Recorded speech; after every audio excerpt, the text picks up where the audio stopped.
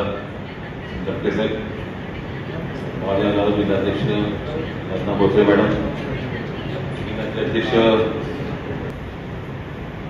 आता मलाही सांगितलं त्याप्रमाणे की राष्ट्रवादी काँग्रेस पक्षाच्या माध्यमातून आपण सर्वांनी काम करू आहे आणि जुना राष्ट्रवादी पक्ष आपला जो आहे त्यातून आपण नवीन राष्ट्रवादी पक्ष आता मुळात रॅड चिन्ह असलेला आदरणीय तटके साहेबांचा जो असलेला हा पक्ष, या पक्षात आपण सर्वांनी जायचं असा जो निर्णय सर्वांनी मिळून घेतला.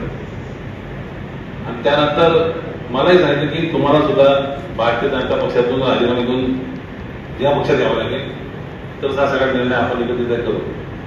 असं तुम्हाला एक सांगतो की राष्ट्रवादी काँग्रेसमध्ये 2 भाग झाल्यानंतर आम्ही स्वतःहून माझ्या पुढाकारात आपण हा दुसरा पक्ष स्थापन केला होता.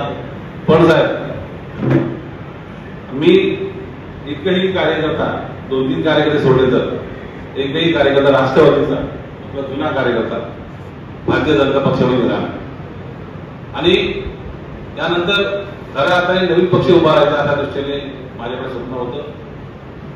विकासाची कामं होती अशाच हा मोठ्या स्वप्नात आम्ही गेलो, तर दुर्दैवानं त्या गोष्टी काय होऊ शकत.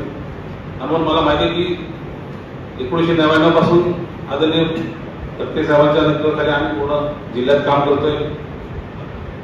साहेबांनी ताकद दिली पालकमंत्री असताना. रवी साहेब अध्यक्ष होते, भाई होते, परंतु आम्ही सगळे होतो. साहेबांचा कुठल्याही तालुक्यात कार्यक्रम असला तरी मंडणगड 3-4 माणसं तिथे पोहोचत असायची. आणि म्हणून एक उत्साह वाढवायचं काम साहेबांनी त्यावेळी केलं. जिल्ह्यात एखाद मोठा आमदार होता आपल्याला, एकही आमदार नसताना त्या जिल्हा नेहमीमध्ये प्रचंड ताकदीने माझ्या कार्यामध्ये अन्याय होणार नाही, मी जिल्हा निधी खर्च झालाच पाहिजे, ही भूमिका तटके साहेबांनी सभागृहात घेतली आणि प्रत्येक तालुक्यामध्ये विकासाची गंगा त्याच्या रूपाने वाहिली.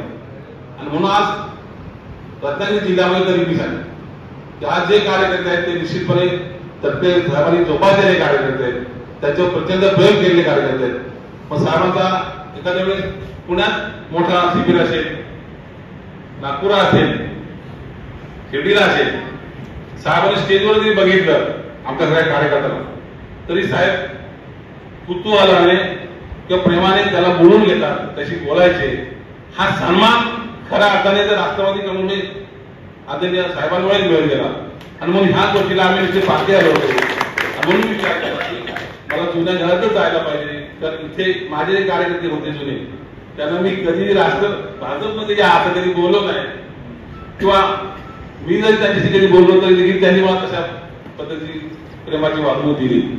आणि म्हणून आज कोणत्याही गावात जरी आम्ही गेलो, सुभाष असेल, मी असेल, भाई असतील किंवा परवा असेल, तर इतका आनंदाने आज लोक आमचं स्वागत करतात की तुम्ही 3-4 लोक जर इथपर्यंत पोहोचला तर तालुक्यामध्ये आता विरोधक पण शिल्लक राहणार नाही, अशा पद्धतीची स्थिती आज निर्माण झालेली आहे.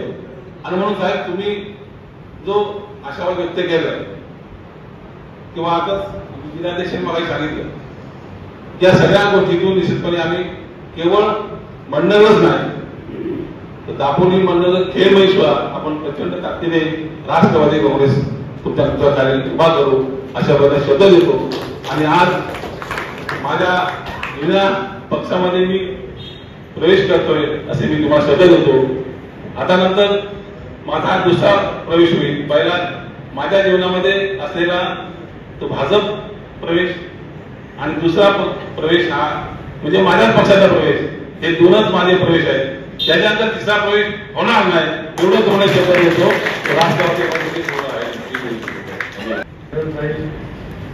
आणि त्यांच्यासमवेत असंख्य सहकार्याचा राष्ट्रवादी काँग्रेस पक्षाचा प्रवेश ज्यांच्या नेतृत्वाखाली या ठिकाणी संपन्न होत आहे ते रत्नागिरी जिल्हा राष्ट्रवादी काँग्रेस पक्षाचे अध्यक्ष माझे सहकारी श्री बाबूजीराव जाधव, रायगड जिल्हा राष्ट्रवादी काँग्रेस पक्षाचे अध्यक्ष मधुकरराव पाटील, रायगड जिल्हा राष्ट्रवादी काँग्रेस पक्षाचे कार्याध्यक्ष सुभाष ठिकाणे.